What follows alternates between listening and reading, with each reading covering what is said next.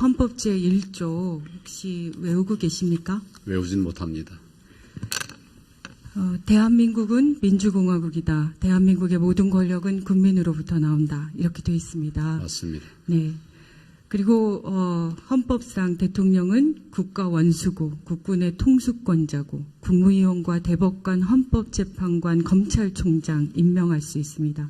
그리고 대통령은 외국과의 조약을 체결 비준할 수 있고 외국과 선전 보고도 할 수 있고 심지어 국가의 비상 상황에서는 계엄을 선포해서 국민의 기본권을 제한할 수도 있는 막중한 권력을 가지고 계십니다. 그것도 국민으로부터 위임받아 가지고 계십니다. 그럼에도 대통령이 하실 수 없는 일이 있습니다. 총리님 혹시 어떤 거라고 생각하십니까? 할 수 있는 일이 들어가 있고 나머지 부분들은 일반 국민들이 못하는 일은 대통령께서도 못하시고 못하는 것으로 알고 있습니다. 그렇습니다.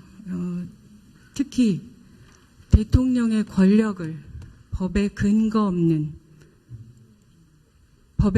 없이 누군가에게 함부로 양도하거나 이양할 수 없는 거죠. 그것은 너무나 명명백백하다고 생각합니다. 그렇기 때문에 지금의 이 상황은 대통령님이 40년간의 인연 때문에 한 일반 시민에게 그 권력을 국민의 허락 없이 이양하거나 양도한 것입니다. 헌법 유린이죠. 지난번에도 제가 지를 때 말씀드렸지만 청와대를 개편한들, 내각을 개각한들 대통령님의 의지와 대통령님의 태도 그게 우리에게 정확하게 전달되지 않으면 신뢰는 회복될 수 없습니다. 더군다나 오늘 제가 기사를 보니까 김무성 의원이 이렇게 말씀하셨더군요. 본인도 최순실은 안다. 그런데 가장 측근에서 대통령을 모셨던 사람들이 모른다? 있을 수 없는 일이다. 이렇게 얘기합니다. 이미 있었던 일은 있었던 일이지만 그 있었던 일을 바로잡는 데 있어서 하시는 하나하나의 행동들은 이제 과거가 아니고 현재입니다. 그 모든 것들에 대한 책임은 여러분들께 있는 겁니다. 그런 의미에서 전 정말 좀 이해가 안 돼서 조윤선 장관님께 여쭙습니다. 조윤선 장관님은 박근혜 대통령이 후보로 첫 2012년 출마 선언할 때 그 전부터 대변인이셨죠? 그 출마 선언 하실 때 경선 캠프의 대변인 했습니다. 그러니까요. 네, 그때부터 계속 쭉 대변인을 하시고 제가 기억합니다. 그리고 그 뒤로도 인수위원회도 들어가셨죠? 당선인 대변인을 했습니다. 당선인 대변인을 하셨고요. 네. 그리고 또 그 다음에 여성부 장관 하시고 그 다음에 무슨 수석 하신 거죠? 정무수석 하셨죠? 그리고 지금은 문체부 장관까지 와 계십니다. 지금 최순실을 비롯해서 차은택, 온갖 더러운 비리의 산실 같은 이 문화체육부의 현 장관을 하고 계시기 때문에 이 사건을 어떻게 마무리하시는 그 막중한 책임이 있다고 저는 생각하는데 맞죠? 맞습니다. 그런데 그걸 믿으려면 장관님의 말을 신뢰할 수 있어야 되는데 저는 신뢰할 수가 없습니다. 최순실 씨를 모르신다고요? 저는 최순실 씨는 언론에서 보도하는 기회가 아니고는 제가 본 적도 없고 알지도 못하는 사람입니다. 저는 말이라도 들었다고 생각합니다. 자, 제가 기사를 찾아봤습니다. 이해가 안 가서. 저도 장관님도 아시지만 저도 우리 당의 후보의 대변인을 6개월 동안 했습니다. 밀착해서 수행했기 때문에 남성 후보임에도 불구하고 패션은 너무나 중요한 겁니다. 선거 때도 그렇고 대통령으로서는 더하지요. 그런데 그 옷들을 만들어내고 심지어 그것을 코디하는 사람의 이름을 모른다? 좀 있을 수 없는 일이라고 생각합니다. 저는 알고 있습니다.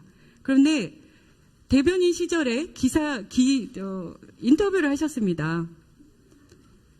경선 때인데요. 출마 선언 이후 몇 개월 동안 지켜봤는데 불과 4 내지 5벌을 옷을 번갈아 가며 입고 있으시다. 이렇게 얘기하셨어요. 네. 예, 후보에 대해서. 이 옷들이 어떻게 만들어지는지 모르셨어요? 저는 전혀 몰랐습니다. 지금 우리가 언론 보도를 통해서 확인한 바로는 최순실 씨가 처음부터 끝까지 거의 당선이 된 이후에 대통령이 되셔서 왜 해외 순방하는 옷까지도 그분이 다 체크하신 걸로 알고 있습니다. 그런데 대변인이 그런 걸 모르셨다. 그러면 옷을 최소한 옷이 누구한테서 이 옷은 어디서 나온 옷인가요? 이렇게 물어보신 적도 없습니까? 저는 특별히 그런 걸 여쭤보지 않았고 사실 대변인으로서 저에게는 공적으로 대변인 업무만 맡기셨습니다. 전 정말 이해가 안 가네요. 자, 2012년 11월 2일에 이런 기사가 납니다. 새 후보의 패션 컨셉 이렇게 하고 조윤선 중앙선거 대책위원회 대변인의 이름으로 인터뷰가 실리면서 여기 이렇게 나와 있습니다. 박근혜 후보의 패션에 대한 내용입니다. 여기 대변인은 재래시장이나 복지관과 같이 여러 곳을 걷거나 뛰어야 하는 빡빡한 일정을 치마 입고는 소화하기 힘들기 때문에 바지를 입는다. 이렇게 얘기하십니다. 그럼 바지, 네. 제가? 네. 예. 그럼 바지인지 치마인지 이런 것들은 당연히 아시는데 그 바지와 치마가 어느 디자인인지 누구한테서 오는 건지 모르셨다고요? 저는 전혀 몰랐습니다. 여기 바로 그 밑에 이렇게 나옵니다. 캠프에서는 옛날부터 박 후보의 옷을 만들어주는 아주머니가 있다는 얘기도 나온다. 이렇게 되어 있습니다.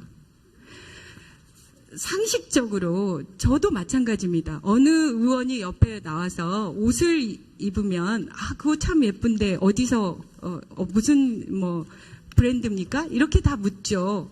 가까이 계시면서 벌써 수년 동안 그 수많은 해외 순방도 같이 다니시고 뭐도 하시면서 가장 패션에 앞서가신다는 장관께서 그 패션에 대해서 아무것도 관심이 없어서 아무것도 묻지 않고 그것이 누구한테서 만들어지는지조차 몰랐다. 얘기하시는 거죠? 누가 그런 거죠. 만드셨는지에 대해서 여쭤본 적은 없고 없죠. 다만 캠프에서 홍보팀에서 시장에서 붉은색을 이 주제로 한 이런 옷을 입으시면 좋겠다고 하셔서 구입한 옷을 한번 점검하고 보내드린 적은 장관님 있습니다. 해외 순방 때 같이 며칠씩 안 계셨나요? 저는 해외 순방에 한 번도 간 적은 없고 없으신가요? 다보스 포럼을 따로따로 가서 현장에서 잠깐 뵌 적은 있습니다.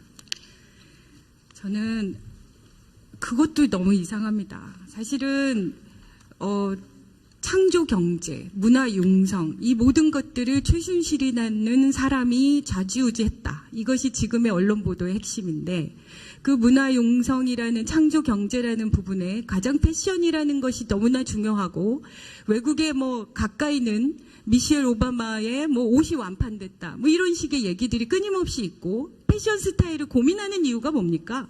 그것은 그걸 통해서 전하고자 하는 메시지가 있는 거고 이미지가 있는 겁니다.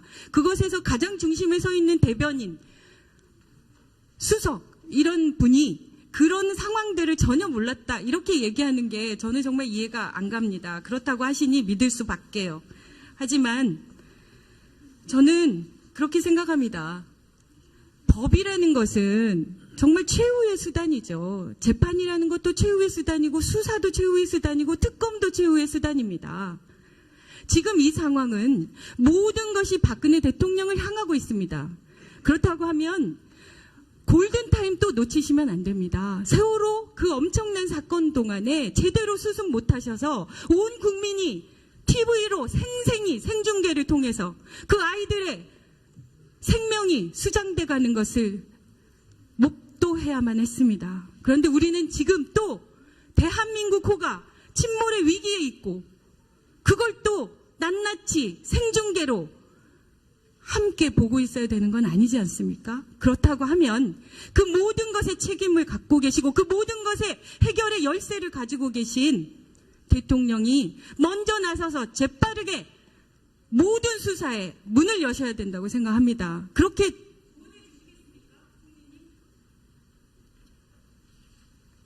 네, 지금 충분한 그 말씀들을 드리고 있습니다.